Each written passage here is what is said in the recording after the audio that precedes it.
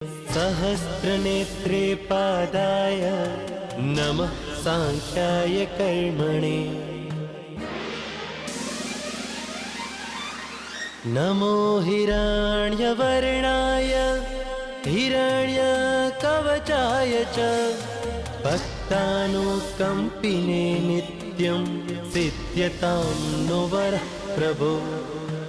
एवं स्तुत्वा महादेवः वासुदेवः सहार्जुना प्रसादयामास